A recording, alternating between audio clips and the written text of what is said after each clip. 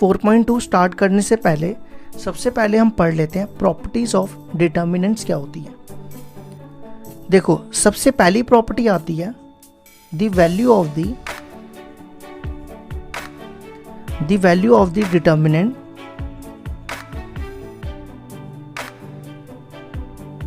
remains unchanged if its rows and columns are interchanged। मैं आपको इसका मतलब बताता हूँ। देखो, सबसे पहले कह रहा है the value of the determinants remain unchange if its rows and columns are interchange. देखो, मतलब अगर आप इसका ना ट्रांसपोज निकालोगे, आप इसको ऐसा भी लिख सकते हो, that is determinant equal to determinant of transpose, और ऐसा भी लिख सकते हो।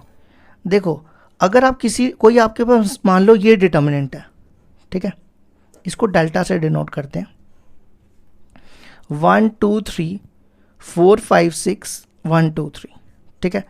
अब आपने इसका आंसर निकाला, आंसर तो आपको आता है ना निकालना, जैसे मैंने आपको फर्स्ट एक्सरसाइज में सिखाया। मान लो आपने सॉल्व किया और इसका आंसर 0 आ गया, ठीक है। इसी तरह इस डिटर्मिनेंट का ट्रांसपोज निकालो। ट्रांसपोज तो आता है ना आपको, रोज को कॉलम में ले जाना है। देखो, इस रो को मैं कॉलम में ले आया, फिर इस रो को कॉलम में ले आओ और इस रो को कॉलम में ले आओ, ठीक है। अगर आप इन दोनों का इसको सॉल्व करोगे और इसको अलग से सॉल्व करोगे, आंसर दोनों का 0 आएगा। ये प्रॉपर्टी कहती है the value of the determinant remains unchange if its rows and columns are interchange, ठीक है।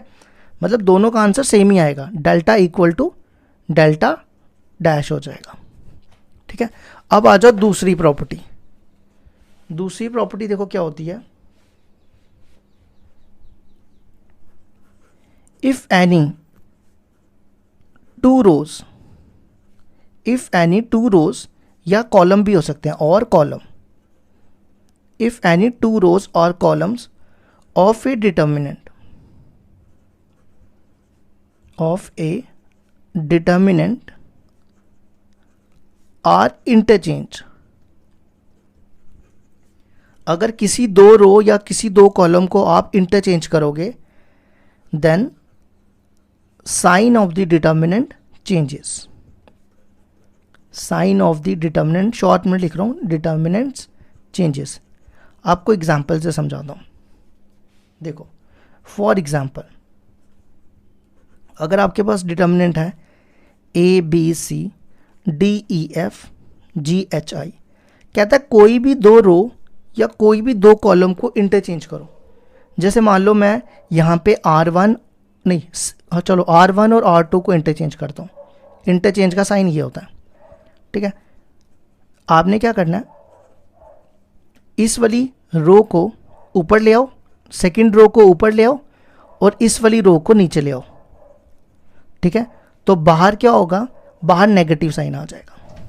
समझ आई? अगर कोई भी दो रो या कोई भी दो कॉलम को इंटरचेंज करो तो बाहर नेगेटिव साइन आ जाता है। ये होगी हमारी 2 प्रॉपर्टीज। अब आती है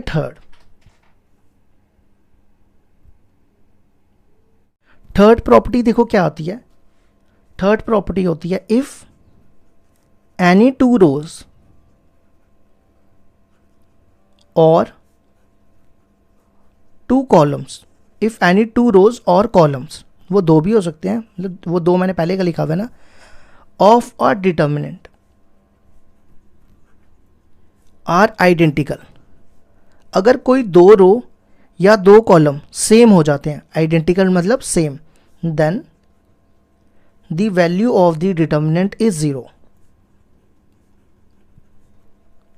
देखो, मैं आपको इसका मतलब बताता हूं, पहले आप इसको ना एक बार फिर से पढ़ो। इफ एनी टू रोज और columns of a determinant are identical then the value of the determinant is 0। देखो, अगर कोई भी दो रो या दो कॉलम, जैसे ये देखो 1 2 3 1 2 3 4 5 6, देखो ये कॉलम और ये कॉलम सेम है ना। अगर कोई भी दो रो या दो कॉलम सेम हो जाए, उस डिटर्मिनेंट की वैल्यू 0 हो जाती है, ठीक है। ये देखो ये दोनों सेम है ना, सेम, इसलिए इसकी वैल्यू 0 होगी। अब आ जाओ फोर्थ प्रॉपर्टी। फोर्थ प्रॉपर्टी होती है if each element of a row और a column of a determinant is multiplied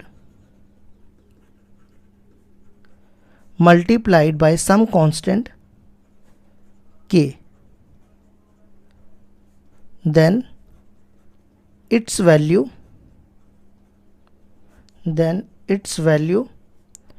get multiplied by k, gets multiplied by k।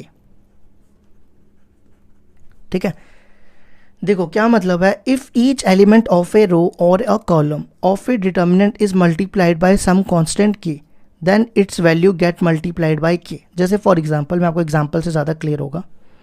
जैसे मान लो आपके पास ये डिटर्मिनेंट दिया हुआ है, ठीक है, अब आपको इसको के से मल्टीप्लाई करना है। अब मैट्रिसेस में हम क्या करते थे, के को सबसे मल्टीप्लाई करते थे, के ए, के बी, के सी, के डी, सबको के से मल्टीप्लाई करते हैं।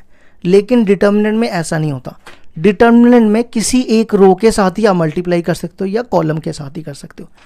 या देखो मैं सिर्फ इस कॉलम के साथ मल्टीप्लाई करूंगा, सिर्फ फर्स्ट कॉलम के साथ, के ए, के डी, के जी, और बाकी सारे सेम रहेंगे, B C, E F, H I. ठीक है, आप इसको किसी एक के साथ ही कर सकते हो, सबके साथ नहीं कर सकते। ठीक है, अब आ जाओ फिफ्थ वाली प्रॉपर्टी। अब फिफ्थ वाली प्रॉपर्टी ना मैं अंग्रेजी में नहीं लिखूंगा, अब मैं सीधा समझाऊंगा। देखो, अगर आपके पास ऐसा दियो a plus B, B plus C, C plus A, D plus E plus F, G plus H, I J K, ठीक है, इसको हम सम वाली प्रॉपर्टी भी कह सकते हो। देखो, इसको ना आपने दो डिटर्मिनेंट में तोड़ना है। फर्स्ट वाले में लिखना है ए बी सी, यहां लिख दिया ए बी सी, ठीक है, और सेकंड वाले में लिखना है बी सी ए। ठीक है, अब यहां पे क्या आएगा, अब कुछ बच्चे पता है जल्दबाजी में ना यहां लिख देंगे डी ई जी। ऐसा नहीं करना। एक चीज याद रखना, एक सम वाली प्रॉपर्टी की एक रो एट ए टाइम एक ही, मतलब एक ही टाइम टूटेगी, इकट्ठे दो को नहीं तोड़ सकते, और बाकी सेम ही रहेगी। मेरी बात समझ आई? मतलब एट ए टाइम आप एक ही तोड़ सकते हो। ऐसा नहीं करना कि यहाँ पे डी ई जी लिख दिया और यहाँ पे ई एफ एच लिख दिया, ऐसा नहीं करना। एट ए टाइम एक ही रो को तोड़ सकते हो आप। ठीक है, अगर आपने फिर भी इसको तोड़ना है तो आप इसको अब तोड़ सकते हो। यहाँ पे लिखोगे डी, अब इसके दो डिटर्मिनेंट बनेंगे, इसके अलग से दो डिटर्मिनेंट बनेंगे। इधर लिखोगे आप ए बी सी, फिर डी ई जी, फिर प्लस करके एक और डिटर्मिनेंट बनेगा। तो फिलहाल याद रखना, एट ए टाइम एक डिटर्मिनेंट में एक ही रो सम वाली टूट सकती है, इकट्ठे दो नहीं तोड़ सकते। ठीक है, इसके बाद आ जाओ सिक्स्थ प्रॉपर्टी। सिक्स्थ प्रॉपर्टी होती है डिटर्मिनेंट ऑफ ए बी को आप ऐसा भी लिख सकते हो, determinant of A into determinant of B. ठीक है, सेवेंथ प्रॉपर्टी, अगर आपके पास हो के ए डिटर्मिनेंट ऑफ ए, ठीक है, मान लो इस डिटर्मिनेंट का ऑर्डर जो है वो n इंटू एन है। कितना ऑर्डर है? n into N. तो ये k हमें बाहर निकालना है, तो जितना ऑर्डर होगा ना उतने k बाहर आएंगे। समझ आई मेरी बात? दोबारा सुनो, जितना इसको ऑर्डर होगा, जैसे इसको ऑर्डर होता है 3 इंटू 3, तो हमें k बाहर निकालने होते, तो ये k क्यूब बाहर आते। ठीक है, जितना ऑर्डर उतने k बाहर आएंगे। नेक्स्ट एट्थ प्रॉपर्टी है, अगर आपके पास किसी रो में या कॉलम में 3 जीरो हो जाए, जैसे मान लो मैंने इस कॉलम में 3 जीरो लिख दिए, तो इस डिटर्मिनेंट की वैल्यू उस केस में भी 0 हो जाती है। ठीक है, किसी रो में या कॉलम में 3 जीरो हो जाए तो उसमें भी उस डिटर्मिनेंट की, लेकिन रो में अगर ऐसा हो जाए डायगोनल में 0 तब नहीं 0 होगा। ठीक है, तो अब आपने 0 वाली प्रॉपर्टी एक ये याद रखनी है, याद रख लो कि किसी डिटर्मिनेंट में 3 जीरो हो जाए वो 0 होता है, और एक ये वाली, कोई दो रो या दो कॉलम सेम हो जाए उस डिटर्मिनेंट की वैल्यू भी 0 हो जाती है, क्योंकि पहले 4 क्वेश्चन ना इन्हीं दोनों प्रॉपर्टी पे है, 0 वाली पे ही है। ठीक है। एक्सरसाइज 4.2 क्वेश्चन है हमारे पास, using the property of determinant and without expanding in exercise 1 to 7 prove that. Question number 1 दिया है X Y Z A B C X plus A Y plus B Z plus C equal to 0। अब हमें इसको without expand करके, जैसे हमने first exercise में expand करके सारे क्वेश्चन निकाले ना, जब हम इसको यहाँ से ये छुपाते थे, इन दोनों को मल्टीप्लाई करते थे, अब वैसे नहीं करना, अब हमें इनको प्रॉपर्टी से करना है। देखो मैंने आपको ज़ीरो, हमें प्रूफ करना है ज़ीरो वाली दो प्रॉपर्टीज़ बताई हैं। एक तो बताई कि अगर कोई दो रो सेम हो जाए वो ज़ीरो हो जाता है, और दूसरी बताई अगर 3 ज़ीरो हो जाएं किसी रो या कॉलम में तो ज़ीरो हो जाता है। तो हम यहाँ पे क्या करेंगे, किसी दो रो को सेम बनाएंगे। तो देखो अगर मैं इन दोनों को ऐड करूँ, ये बनेगा x प्लस ए, देखो ये सेम हो जाएगा, ये हो जाएगा y प्लस बी, और ये हो जाएगा z प्लस सी, तो ये सेम आ जाएगा इसकी तरह, तो ये ज़ीरो हो जाएगा। तो मैं क्या करने जा रहा हूँ, इस कॉलम को और इस कॉलम को ऐड कर रहा हूँ। पहले तो हम इसको डेल्टा ले लेते हैं,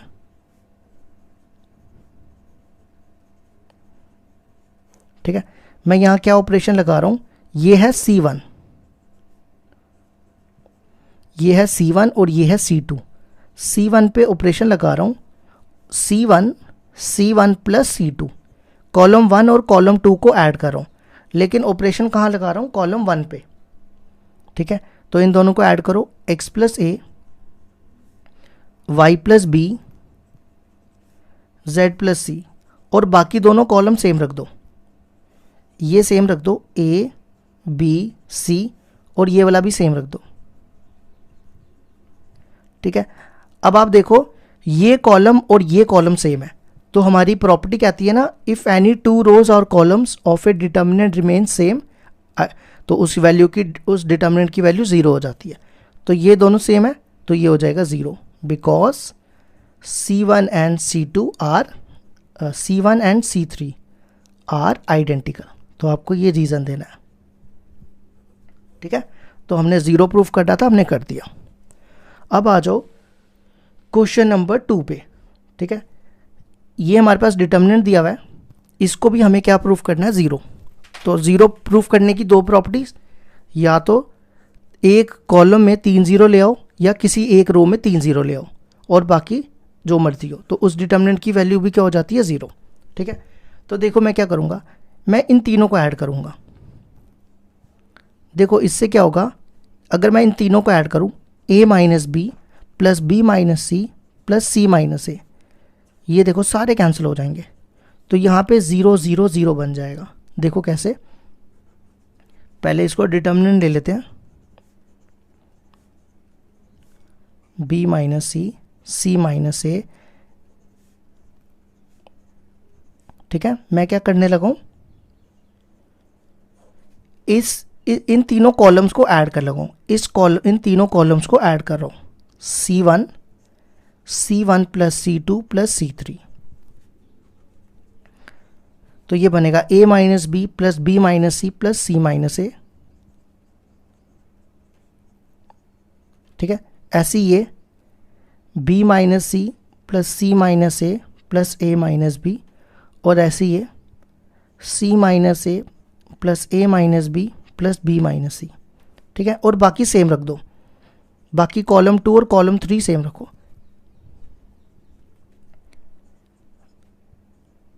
ये देखो बाकी मैंने सेम लिख दिया। अब आप यहाँ देखो, ये a कैंसिल, ये b कैंसिल, ये c कैंसिल, तो यहाँ रह गया 0। इसी तरह यहाँ देखो, ये सारे कैंसिल, यहाँ भी 0, और ये कैंसिल, ये भी 0।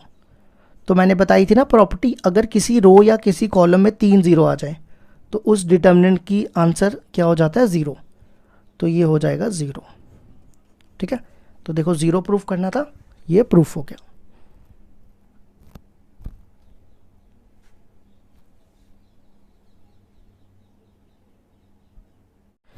क्वेश्चन नंबर 3 है हमारे पास, हमें प्रूफ करना है 2 7 65 3 8 75 5 9 86 इक्वल टू 0। तो इसको भी हम सेम वैसे ही करेंगे जैसे अभी किया। इसको डिटर्मिनेंट लेट कर लेते हैं 2 7 65 3 8 75 5 9 86। ठीक है, अब इसको ज़ीरो बनाना है। ज़ीरो बनाने की दो प्रॉपर्टीज़ हैं, या तो कोई दो रो या दो कॉलम सेम कर दो, या 3 ज़ीरो ले आओ। ठीक है, अब देखो मेरी बात ध्यान से सुनो। अगर मैं इसको 9 से मल्टीप्लाई करूँ, 9 7 जा 63, 63 प्लस 2 65, 9 8 जा 72, 72 प्लस 3 75, 9 9 जा 81, 81 प्लस 5 86। देखो ये सेम बन जाएगा। अगर जो मैंने अभी ऑपरेशन बोला अगर मैं यहाँ लगाऊं वो ये आ जाएगा। देखो कैसे, ये है C2, तो मैं C2 पे क्या ऑपरेशन लगा रहा हूँ, इसको किससे मल्टीप्लाई करो, 9 से, 9 C2 प्लस, और देखो जब मैं इसको 9 से मल्टीप्लाई कर रहा हूँ तो ये भी प्लस करता जा रहा हूँ, और ये है C1। ठीक है, तो यहाँ ऑपरेशन लगा रहा हूँ, ये सेम रखो, 2 3 5 सेम। देखो 9 7 जा 63, 63 प्लस C1, 63 प्लस 2 65। फिर यहाँ पे भी 9 8 जा 72, 72 प्लस 3 75, 9 9 जा 81, 81 प्लस 5 86, और ये सेम रख दो। ये देखो ये दोनों सेम हो गए, तो इसको लिख देंगे 0, because C2 and C3 are identical. ये हो गया हमारा क्वेश्चन नंबर 3B। अब आ जाओ क्वेश्चन नंबर 4 पे। 4 देखो कैसे करेंगे। सबसे पहला स्टेप क्या कर रहा हूँ, इसको मैं डिटर्मिनेंट ले रहा हूँ, इसको भी इक्वल टू 0 प्रूफ करना है। ठीक है, BC, इसको मल्टीप्लाई कर रहा हूँ AB प्लस AC, CA, फिर ये भी मल्टीप्लाई होगा BC प्लस BA, फिर ये AB CA प्लस CB। ठीक है, अब मेरे को इक्वल टू 0 प्रूफ करना है। देखो मैं क्या करूँगा, अगर मैं इन दोनों को ऐड करूँ तो यहाँ पूरी टर्म में पता क्या आ जाएगा, AB plus BC plus CA। ठीक है, यहाँ भी यही बनेगा, यहाँ भी यही बनेगा, और यहाँ भी यही बनेगा। तो मैं ये कॉमन निकाल लूँगा। कॉमन निकालने पे क्या होगा, यहाँ पे 1 1 और यहाँ भी 1 1 रह जाएगा, और ये 0 हो जाएगा। देखो कैसे, मैं क्या कर रहा हूँ, इस कॉलम को इस कॉलम से ऐड कर रहा हूँ, C3 equal to C3 plus C2, C3 plus C2। पहले दो कॉलम को सेम रख दो, ये देखो मैंने इन दोनों को सेम रख दिया।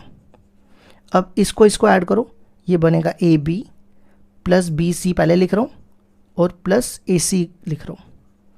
फिर यहाँ पे पहले लिख रहा हूँ AB, फिर लिख रहा हूँ BC, और फिर CA को लिख रहा हूँ AC, और यहाँ पे पहले लिखूँगा AB BC प्लस AC को CA लिख रहा हूँ। ठीक है, ये देखो ये तीनों सेम है ना सेम, तो मैं ये कॉमन निकालने लगा हूँ। Taking AB plus BC plus AC common from, कहाँ से कॉमन निकाल रहा हूँ, ये कौन सा कॉलम है, C3, तो बाहर आ जाएगा AB plus BC plus AC, यहाँ बचेगा 1 1 1, यहाँ पे BC CA AB, और देखो ये पूरा बाहर आ गया ना, तो यहाँ बचेगा 1 1 1।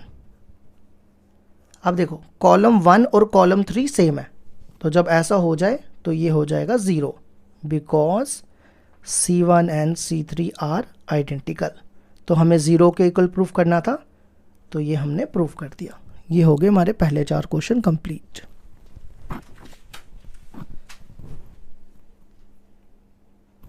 क्वेश्चन नंबर 5 है हमारे पास, prove that B plus C Q plus R Y plus Z, ऐसे ये बाकी दिए हुए हैं, और इसको प्रूव करना है 2 times determinant APX BQY CRZ। ठीक है, तो हम सबसे पहले इसकी LHS लेते हैं। तो ये दिया B plus C Q plus R Y plus Z C plus A R plus P Z plus X A plus P P plus Q और X प्लस Y। ठीक है। अब देखो डिटर्मिनेंट को ना जब भी आपको प्रूफ करना है ना, उसको प्रूफ करने के लिए आपने उसके आंसर के हिसाब से चलना है। अब आंसर में देखो क्या है, ए पी एक्स, तो हम क्या करेंगे, फर्स्ट कॉलम में रो में, फर्स्ट रो में ए पी एक्स बनाएंगे। ठीक है, इन क्वेश्चनों को याद रखना, जब भी आपके पास होंगे आपको आंसर के हिसाब से चलना है। ए पी एक्स, अब ए देखो यहाँ पे दिया हुआ है। ठीक है, अगर मैं इन तीनों को माइनस करूँ, इस कॉलम को, इस कॉलम को और इस कॉलम रोज को, इस रो को, इस रो को, इस रो को माइनस करूँ, देखो क्या बनेगा। पहले मैं रफ में बताता हूँ।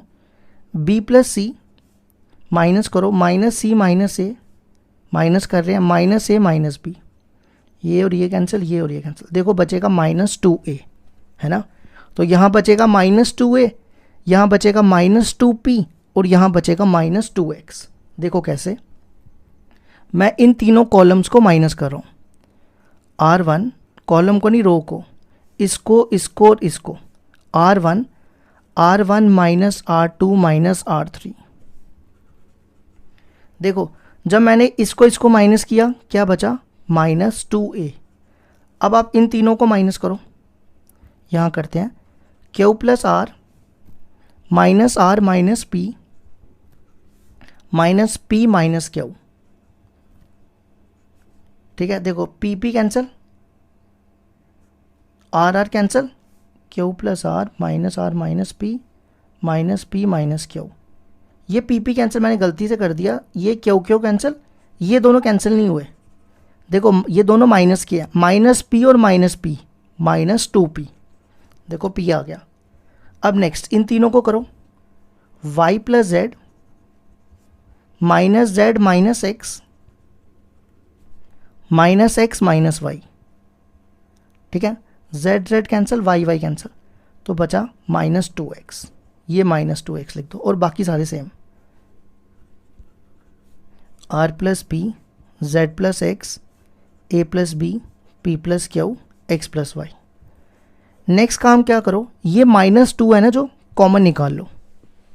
ठीक है, तो ये -2 मैं बाहर निकाल रहा हूँ, ये बाहर आ जाएगा। यहाँ बचेगा A P X, C plus A, R plus P, Z plus X, A plus P, P plus Q और एक्स प्लस वाई।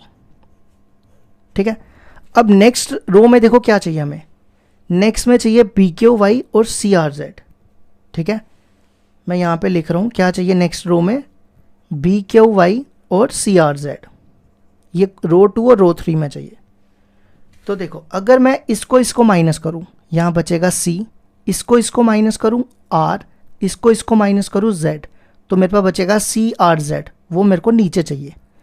और इसको माइनस करूँ तो यहाँ बचेगा B, इसको माइनस करूँ Q, इसको माइनस करूँ Y, तो BQY आ रहा है, यहाँ पे नीचे आ रहा है और यहाँ ऊपर दिया हुआ है। तो हम क्या करते हैं, इन दोनों को इंटरचेंज कर लेते हैं। पहले स्टेप में R2 इंटरचेंज R3। तो मैंने आपको बताया ना, जब कोई दो रोज या दो कॉलम को इंटरचेंज करो तो बाहर आ जाता है नेगेटिव साइन, तो मैंने बाहर देखो नेगेटिव साइन लिख दिया। अब इसको ऊपर ले आओ, इसको रो 2 में ले आओ और इस वाली रो को आप नीचे ले आओ, C प्लस ए, R प्लस पी और Z प्लस एक्स। ठीक है, अगला स्टेप क्या करो, इसको इससे माइनस करो और इसको इससे माइनस करो। R1 R2 को करना है ना, R2 माइनस R1, रो 2 को रो 1 से माइनस करो और इस रो को इस रो से माइनस करो, R3 माइनस R1। तो ये हो जाएगा, ये माइनस माइनस प्लस हो जाएगा। ठीक है, ये देखो APX सेम रख रहा हूँ। अब इस रो को इससे माइनस करना है, A प्लस बी को A से माइनस करोगे, A कैंसिल हो जाएगा, बचेगा B। इसको इससे माइनस करोगे, PP कैंसिल, ये हो जाएगा Q। इसको इससे माइनस करोगे, XX कैंसिल, बचेगा Y। अब ऐसे ही रो 3 को रो 1 से माइनस करना है, ये रो 3 और ये रो 1, इसको इससे माइनस करो तो बचेगा C। इसको इससे माइनस करो, PP कैंसिल, बचेगा R। इसको इससे माइनस करो, एक्स एक्स कैंसिल, बचेगा जेड। अगर आप चेक करो यही आपकी RHS है। देख लो एक बार क्वेश्चन चेक करो, मैंने LHS ली थी और प्रूफ कर दी RHS। ये हो गया हमारा क्वेश्चन नंबर 5 कंप्लीट।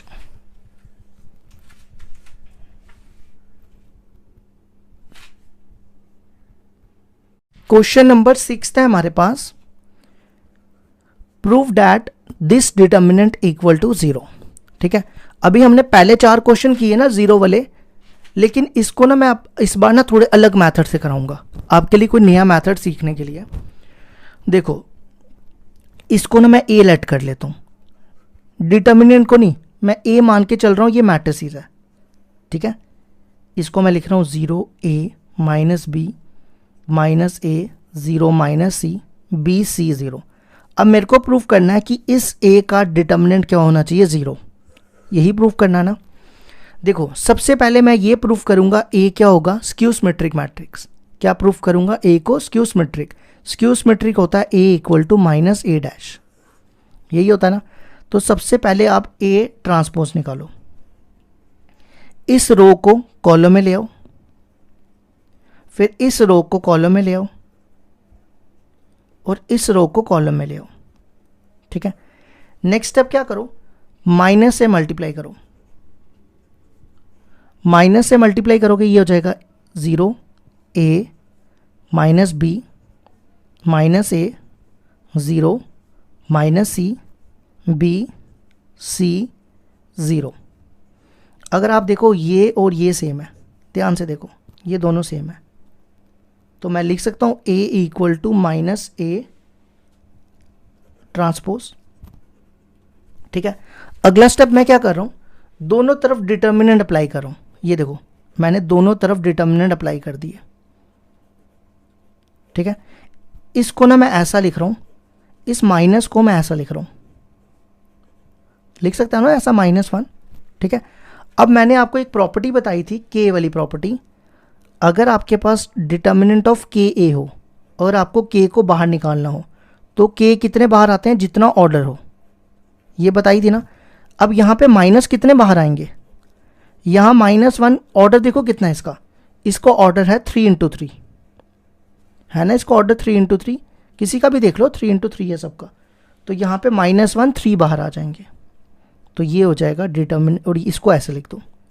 ठीक है, नेक्स्ट इसके बाद मैंने आपको प्रॉपर्टी ये भी बताई थी, पहली वाली प्रॉपर्टी, कि डिटर्मिनेंट ऑफ A और determinant of A transpose same होता है।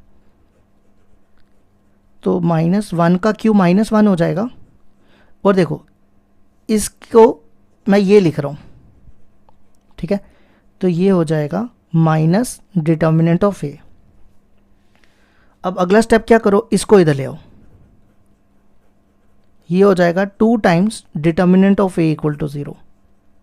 2 को उस तरफ फेंक दो, determinant of A equal to 0। अब यहाँ पे A की वैल्यू डालो। A मैंने क्या लिया था, आप A चेक करो, स्टार्टिंग में A को मैंने ये लिया था। अब मैं A की जगह ये लिख दूंगा तो प्रूफ हो जाएगा डिटर्मिनेंट इक्वल टू 0। अब A की जगह देखो मैं क्या लिख रहा हूँ, 0A minus B minus A 0 minus C B C 0। तो यही प्रूफ करना था, हेंस प्रूफ्ड। ये हो गया हमारा क्वेश्चन नंबर 6 का प्रूफ।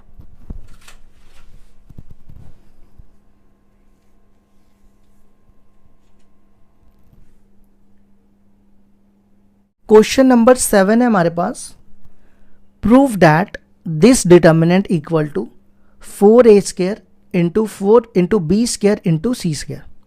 ठीक है, तो मैं सबसे पहले LHS ले रहा हूँ, लेट डिटर्मिनेंट इक्वल टू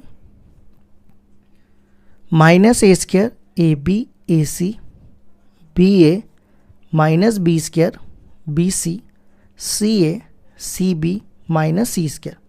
ये मैंने LHS ले ली। ठीक है, अब देखो मेरे को चाहिए 4A² B² C², मतलब मेरे को ABC चाहिए।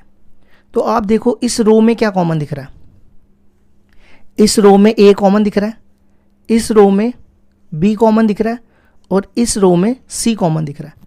तो मैं यही कॉमन निकाल रहा हूँ, taking A B C common from R1, R2 and R3 respectively. तो यहां से A निकाल रहा हूं, यहां से B और यहां से C। ठीक है, यहां से A कॉमन निकाला तो यहां बचेगा -A, यहां बचेगा B और यहां बचेगा C।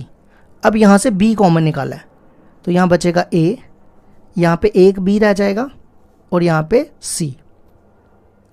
ठीक है, इसके बाद यहां से देखो, यहां से C कॉमन निकाला है तो बचेगा A B -C। ठीक है, ये हो गया, एक ABC आ गया। अब हमें एक और चाहिए ABC, हमें चाहिए A² B² C², तो एक और ABC चाहिए ना। अब यहां देखो, इस कॉलम में A कॉमन, यहां पे B कॉमन और यहां पे C कॉमन। तो taking A B C common from C1 C2 C3। अब ये कॉलम से ले रहा हूं। ठीक है, तो यहां से कॉमन लेंगे A तो ये बनेगा A², फिर यहां से B लेंगे B² और यहां से C लेंगे तो ये बनेगा C²। अब यहां से मैंने A कॉमन लिया, यहां बचेगा -1 1 1। फिर यहां से B कॉमन, यहां बचेगा 1 -1 1 और यहां बचेगा 1 1 -1। ठीक है, अब आंसर में देखो क्या चाहिए, 4A² B² C², मतलब अब 4 चाहिए हमें। ठीक है, देखो एक चीज याद रखना, जैसे आपने फर्स्ट एक्सरसाइज में डिटर्मिनेंट को एक्सपैंड करना सीखा था ना, आप क्या लिखते थे, -1, फिर आप इसको छोड़ के इनको मल्टीप्लाई करते थे, फिर लिखते थे यहाँ पे -1, इसको छोड़ के। लेकिन इसमें ऐसा नहीं कर सकते, इसमें एक्सपैंड तभी कर सकते हैं जब किसी एक रो में 2 0 हों। मतलब अगर मेरे पास ऐसा हो 0 0 1 1 1 1, तब मैं इसको एक्सपैंड कर सकता हूँ, क्योंकि यहाँ पे 2 0 है ना, तो ये तो 2 0 लिखने की ज़रूरत नहीं होगी मेरे को, क्योंकि वो 0 आएगा। मैं सीधा यहाँ से 1 लिखूँगा, इसको एक्सपैंड करूँगा तो 1 -1, तब किया जा सकता है। तो इसका मतलब मेरे को कम से कम 2 0 बनाने पड़ेंगे। तो देखो, अगर मैं इस कॉलम और इस कॉलम को ऐड करता हूँ तो ये बनेगा -1 और 1 1 0। इस कॉलम और इस कॉलम को माइनस करता हूँ, 1 -1 0, 2 0 आ जाएंगे। तो देखो क्या कर रहा हूँ, इस कॉलम और इस कॉलम को ऐड कर रहा हूं और इस वाले कॉलम और इस वाले कॉलम को माइनस कर रहा हूं, C2 C3। ठीक है, इस वाले कॉलम और इस वाले कॉलम को ऐड कर रहा हूं, ये बनेगा 0, ये बनेगा 0 और ये 1 + 1 2। फिर इस वाले कॉलम को और इस वाले कॉलम को माइनस कर, 1 -1 0, इन दोनों को माइनस कर रहा हूँ, -1 -1 -2, इन दोनों को माइनस कर रहा हूँ, ये प्लस हो जाएगा 2। ठीक है, अब देखो इस वाली रो में 2 0 आ गए, तो अब हम इसको एक्सपैंड कर देंगे यहाँ से R1 से, एक्सपैंड बाय R1, तो ये बनेगा A² B² C²। अब आपको ये 2 0 तो लिखने नहीं है ना, क्योंकि यहाँ से करोगे 0 तो ये 0 ही आएगा, यहाँ से 0 करोगे तो ये 0 ही आएगा। सीधा हम यहाँ से करेंगे प्लस माइनस प्लस, ये हो गया 1, यहाँ से ये और ये छोड़ दो तो ये बनेगा 0, बीच में माइनस, 2 × -2 -4, तो ये हो जाएगा +4 हो जाएगा, तो ये आ जाएगा 4A² B² C²। ये हमारा प्रूफ हो गया क्वेश्चन नंबर 7 का।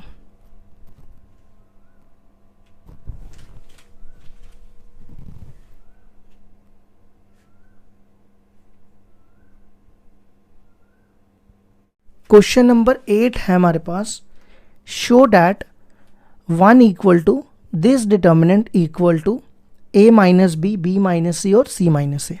ये हमें प्रूफ करना है। तो सबसे पहले हम इसकी LHS ले लेते हैं, लेट करते हैं determinant equal to 1 1 1 ABC A² B² C²। अब देखो आप ना आंसर के हिसाब से चलना है। इसमें आंसर में देखो क्या चाहिए, A - B, अगर मैं इसको माइनस करूंगा तो मिलेगा A - B, फिर चाहिए B - C, इसको माइनस करूंगा तो मिलेगा B - C। तो C - A हम अभी नहीं कर सकते, क्योंकि हमें एट ए टाइम 2 ही ऑपरेशन लगा सकते हैं, 2 से ज़्यादा नहीं लगा सकते। तो मैं इसको माइनस करूंगा तो ये बनेगा A - B और इसको माइनस करूँगा तो ये बनेगा b माइनस सी। ठीक है, तो क्या करना है, इस पूरी रो को इससे माइनस और इस पूरी रो को इससे माइनस। ऑपरेट, इस पूरी रो को इससे माइनस कर रहा हूँ, R1 minus R2 and R2, और इस पूरी रो को इससे माइनस कर रहा हूँ, R2 माइनस R3। तो देखो 1 minus 1 0, a minus B, A square minus B square, 1 minus 1 0, b minus C, अब R2 माइनस R3 कर रहा हूँ, B square minus C square, और आपको बाकी सेम रख देना। ठीक है, अब अगला स्टेप क्या करेंगे, ये जो आपको रो दिख रही है ना, इसमें मैं ना ए स्क्र माइनस बी स्क्र लगाऊंगा फॉर्मूला। ए स्क्र माइनस बी स्क्र होता है A minus B into A plus B, और यहाँ पे 0, बी माइनस सी, फिर यहाँ पे भी बी प्लस सी इंटू बी माइनस सी, या बी माइनस सी कोई भी पहले लिख लो। ठीक है, और यहाँ पे 1 सी और सी स्क्र।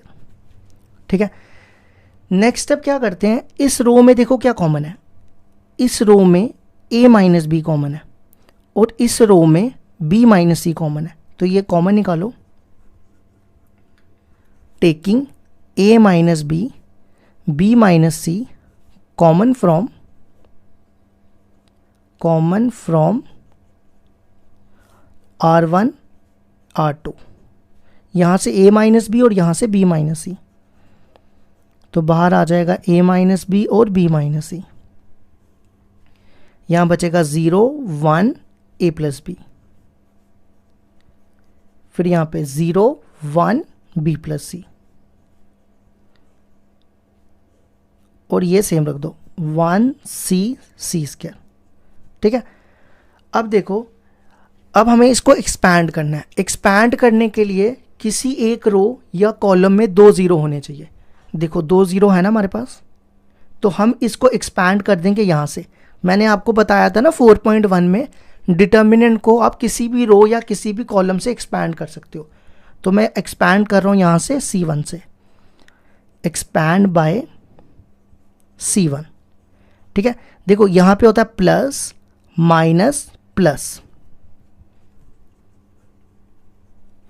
तो अब देखो यहाँ पे तो 0 है ना, तो 0 तो मैं लिखूंगा वो 0 ही आएगा, तो मैं सीधा यहाँ से एक्सपैंड करूँगा, ये 1 के सामने छोड़ दो, 1 के सामने देखो एक ये साइड है और एक ये साइड है, इसको मल्टीप्लाई 1 इंटू ये बनेगा b प्लस सी, फिर इसको इससे मल्टीप्लाई, और बीच में माइनस होता है तो ये बनेगा a प्लस बी, तो ये आ गया a minus B minus C, b plus C minus a minus b।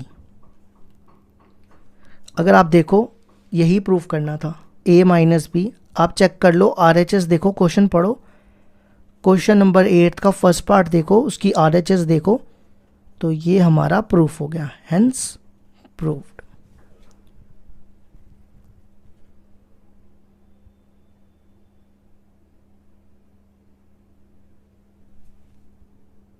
Question number 8 का सेकंड पार्ट है, डिटर्मिनेंट दिया हुआ है 1 1 1 A B C A cube B cube C cube, proof करना है a minus B minus C minus A और a plus B plus C. तो देखो कैसे करेंगे, पहले मैं इसकी LHS ले लेता हूँ, 1 1 1 A B C A cube B cube C cube. ठीक है, देखो कैसे करेंगे माइनस, सॉल्व कैसे ये a माइनस बी माइनस सी है, ये ठीक करना। ठीक है, अब देखो सबसे पहले चाहिए a माइनस बी, इसको इससे माइनस करो a माइनस बी, फिर चाहिए b माइनस सी, इसको इससे माइनस करो b माइनस सी। ठीक है, तो ये है कॉलम, तो कॉलम 1 माइनस कॉलम 2 और कॉलम 2 माइनस कॉलम 3। ठीक है, C1 minus C2 and C2 minus C3। Answer के हिसाब से चलना होता है, ठीक है। ए माइनस बी चाहिए था इसलिए मैंने कॉलम 1 और कॉलम 2 माइनस किया, बी माइनस सी चाहिए था इसलिए मैंने कॉलम 2 और कॉलम 3 माइनस किया। तो 1 minus 1 0, A minus B, A cube minus B cube, ठीक है। फिर यहाँ पे 0, B minus C, B cube minus C cube, 1 C C cube. अब देखो अगला स्टेप क्या करूंगा मैं, यहाँ पे A cube minus B cube लगाऊंगा, वो होता है A minus B into A square plus A B plus B square. तो आप ये फॉर्मूला यहाँ लगा दो, 0 A minus B, A cube minus B cube का formula A minus B A square plus A B plus B square. फिर यहाँ पे लिखो 0 बी माइनस सी, यहाँ पे बचा 0 बी माइनस सी। अब यहाँ पे भी B cube minus C cube का फॉर्मूला यही सेम लगा दो, B minus C B square plus B C plus C square, और यहाँ पे 1 सी सी क्यूब, ठीक है। अब अगला स्टेप देखो, इस कॉलम में देखो क्या कॉमन है, यहाँ पे कॉमन है ए माइनस बी और यहाँ पे बी माइनस सी। टेकिंग इधर से ए माइनस बी कॉमन निकालो और इधर से B minus C, common from C1 और C2, ठीक है। कुछ बच्चे सोचते हैं 0 में कॉमन नहीं है, आप 0 को भी ऐसा लिख सकते हो, 0 इंटू ए माइनस बी, ठीक है। तो यहाँ से ए माइनस बी कॉमन और यहाँ से बी माइनस सी कॉमन, यहाँ बचेगा 0 1 और ये वाली term A square plus A B plus B square. ये बी ए बी को बी ए कर देना, मैंने गलती से सी लिख दिया था। यहाँ से भी बी माइनस सी कॉमन निकाला, 0 1 और यहाँ बचेगा B square plus B C plus C square, और यहाँ पे 1 सी सी क्यूब। अब मैं इसको ना एक्सपैंड करने जा रहा हूँ। देखो एक्सपैंड करने के लिए 2 0 चाहिए होते हैं, तो 2 0 तो हैं हमारे पास। अब मैं एक्सपैंड कर दूंगा इसको रो 1 से, एक्सपैंड बाय R1, ए minus B B minus C. अब देखो ये होता है प्लस माइनस प्लस, 0 से तो एक्सपैंड करने की ज़रूरत नहीं है, वो 0 ही हो जाएगा। सीधा यहाँ से करेंगे 1, देखो इसको इससे मल्टीप्लाई, इसको इससे, ये बनेगा B square plus B C plus C square. अब बीच में माइनस होता है ना, तो ये आएगा, और मैं माइनस से ना यहाँ पे ऐसे लिख रहा हूँ, A square plus B A plus B square, ठीक है। ये बनेगा A minus B B minus C, B square plus B C plus C square, minus A square minus B A और माइनस बी स्क्वायर। ये B square और B square cancel, ये आ जाएगा। अब आप RHS पे भी ध्यान दो, RHS को देखो क्या है, इन दोनों में ना मैं फॉर्मूला लगा रहा हूँ। A square minus B square का फॉर्मूला होता है ना ए माइनस बी इंटू ए प्लस बी, तो ये बनेगा सी माइनस ए इंटू सी प्लस ए। अब पीछे हमारे पास ये टर्म और ये टर्म बची, इन दोनों में बी कॉमन निकालो, तो ब्रैकेट में बचेगा सी माइनस ए, ठीक है। अब देखो दो इस टर्म में और इस टर्म में सी माइनस ए कॉमन है। अब आप RHS को देखो एक बार, सी माइनस ए बाहर आ जाएगा, तो ब्रैकेट में बचेगा सी प्लस ए और प्लस बी, तो ये हो जाएगा ए minus B B minus C C minus A, और इसको मैं लिख रहा हूँ ए प्लस बी प्लस सी। तो ये आ गई हमारी RHS, हेंस प्रूव्ड। ये हो गया हमारे क्वेश्चन नंबर 8 के